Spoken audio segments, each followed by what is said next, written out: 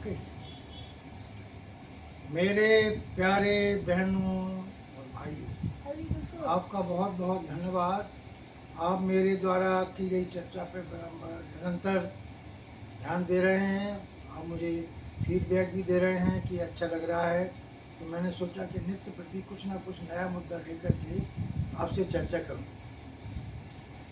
हर व्यक्ति के मन में एक आकांक्षा होती है कि जो मुझे शरीर मिला है इसका मैं पूरा उपयोग करूं, पूरा आनंद भी प्राप्त करूं और मोक्ष की ओर चला जाऊं। इसके लिए बहुत ज़रूरी होता है कि आप अपने शरीर को कैसे स्वस्थ रख सकते हैं। स्वस्थ रखने का सबसे पहला कारण है कि आपका खान पान, रहन सहन, वातावरण कैसा हो। उससे आप अपने शरीर को स्वस्थ भी रखते हैं और आयु को बढ़ा सकते हैं। जनरली हमारे शरीर में क्या क्या विकार होते हैं, जैसे हमारी आँत है, हमारे दांत हैं, हमारी आँख है, नाक है, कान है, इनमें सब में प्राण का तत्व विद्यमान है। आँख में भी प्राण है, नाक में भी प्राण है, त्वचा में भी प्राण है, जीभ में भी प्राण है, स्पर्श में, सब में प्राण होते हैं। 5 प्रकार की हमारी ज्ञान इंद्रियाँ हैं। तो इन ज्ञान इंद्रियों को हमेशा एक्टिव रखने के लिए, तरोताज़ा रखने के लिए प्राण शक्ति का आपको हमेशा प्राण शक्ति को बढ़ाना चाहिए। प्राण शक्ति कैसे बढ़ेगी? देखो, हमारे शरीर में प्राण और अपान, समान, व्यान, उदान, इस प्रकार की ये वायु है जो हमारे शरीर को, अगर हमारे शरीर में प्राण ज़्यादा है, अच्छा है, तो हमारा शरीर स्वस्थ माना जाएगा। अगर हमारे शरीर में प्राण कम हो रहा है, इसका मतलब हमारी नस, नाड़ियाँ और हमारे तमाम प्रकार के जो मानसिक स्तर है वो कम हो रहा है। तो उसको ठीक रखने के लिए, जैसे अब आपको मान लीजिए आजकल कॉमन बीमारी हो गई रक्तचाप। रक्तचाप क्या है कि आपके खान पान थिंकिंग से कम ज़्यादा होता है। जैसे लोग कहते हैं भाई नमक ज़्यादा नहीं खाना चाहिए, सर्दियों में तो बहुत कम खाना चाहिए, गर्मियों में नमक का उपयोग इसलिए करना चाहिए कि आपके शरीर से पसीना निकलता है। इस मौसम से अधिक तरल पदार्थ लेना चाहिए। इस मौसम में आपकी जो पाचन क्रिया है वो थोड़ी सी कमज़ोर पड़ जाती है, जठराग्नि होती है वो कमज़ोर हो जाती है। तो उसके लिए आपको जो है पानी का उपयोग ज़्यादा करना चाहिए, या नींबू पानी, या फल ऐसे लेना चाहिए जैसे तरबूज, खरबूज, पपीता। ये जब आप फल लेते हैं तो उनमें पानी की मात्रा बहुत होती है। अब रह गया सवाल कि इन फलों को कब खाना चाहिए। देखिए, नॉर्मली सवेरे हम जब उठते हैं तो सबसे पहले हम ऊषा पान करते हैं। उसको तांबे के लोटे में पानी रख लेते हैं, या पानी गुनगुना करते हैं, या गिलोय का पानी पीते हैं। तो इससे जो आपके शरीर में जो भी कमियां हैं वो दूर हो जाएंगी और आपका जो निष्कासन है, एलिमिनेशन है, टॉयलेट वगैरह बिल्कुल साफ़ होता है। लेकिन फिर भी अगर रह जाता है तो थोड़ा गुनगुना पानी और पी लेना चाहिए। चाय का उपयोग सुबह सुबह ना करने की बजाय बाद में करना चाहिए। खाली पेट चाय नहीं लेना चाहिए। तो अगर रक्तचाप क्या है, रक्तचाप के 2 कारण हैं। एक तो आपका जैसे ब्लड प्रेशर क्यों बढ़ता है कि आप नमक बहुत ज़्यादा उपयोग करते हैं। दूसरा, आप अपने जीवन में हर चीज़ को समझते हैं कि मैंने किया, मेरे यहाँ से हुआ, मैं क्यों नहीं कर सकता। बिल्कुल सत्य बात है, लेकिन बहुत से काम ऐसे हैं जो आप करते हुए भी उसमें सफलता नहीं प्राप्त करते हैं। तो फिर आपको फील होता है कि क्या कमी है। तो इसलिए जा पर कृपा राम की होई, ता पर करे कृपा सब कोई। कुछ बहुत सारी बातें हमारी ऐसी होती हैं जो हमको खान पान का ध्यान रखना चाहिए। जैसे इस मौसम में मैंने अभी कहा तरल पदार्थ, लिक्विड, सूप, दूध, दही, दही की लस्सी, मट्ठा, ये पीना चाहिए। दोपहर का भोजन करना चाहिए, उसमें छाछ पीना चाहिए, मट्ठा पीना चाहिए, और हो सके तो 10-15 मिनट का ध्यान या आराम जरूर करना चाहिए भोजन के पश्चात गर्मी में।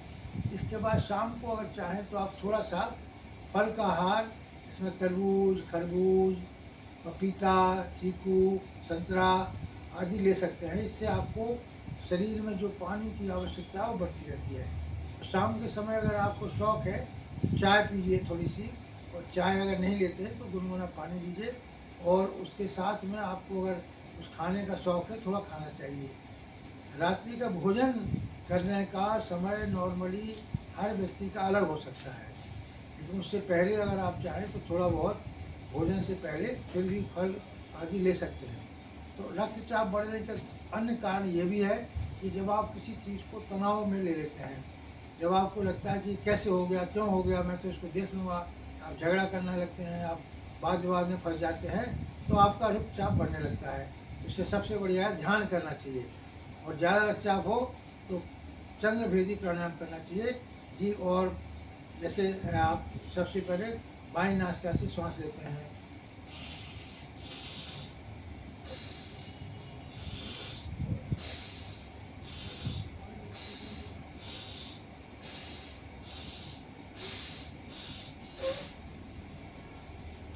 इसके अलावा अगर आपका ज़्यादा ब्लड प्रेशर बढ़ा हुआ है तो शीतकारी और शीतली प्राणायाम करना चाहिए।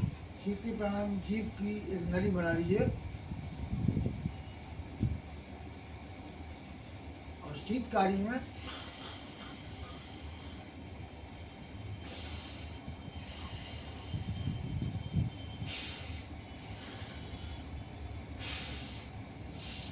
5 बार करिए।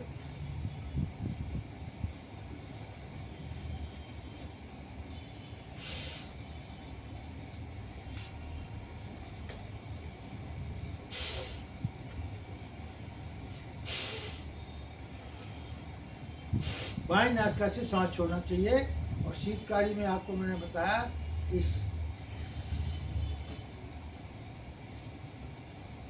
सांस को अंदर रोकना ही प्राणायाम है। अगर आप सांस रोक लेते हैं तो प्राणायाम का अच्छा लाभ होता है। इसके बाद आपको ध्यान करना चाहिए। ध्यान करने के लिए मंत्र भी हो सकता है, कोई आपका कोई इष्ट देव हैं आपके, उनका ध्यान करिए। शिव का करते हैं, हनुमान जी का करते हैं, कृष्ण का करें, राम का करें, जिसका भी आपको इष्ट देव आपने माना उनका ध्यान करें। तो दोनों नासिकाओं से श्वास भरें,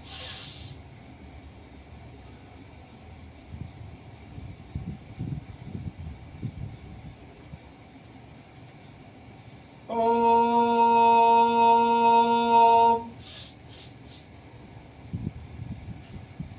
ओम ओम ओम ओम। मैं आपको नमस्कार करता हूँ। दोनों हाथ जोड़िए, दोनों हाथों को नमस्कार करिए।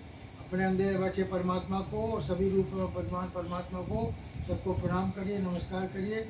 आपने मेरी बात को ध्यान से सुना, इसका अभ्यास करिए। और कुछ पूछना हो तो आप बालाजी कल्की धाम में आ सकते हैं। 2228 autumn line ETV metro gate 2 के बगल में है।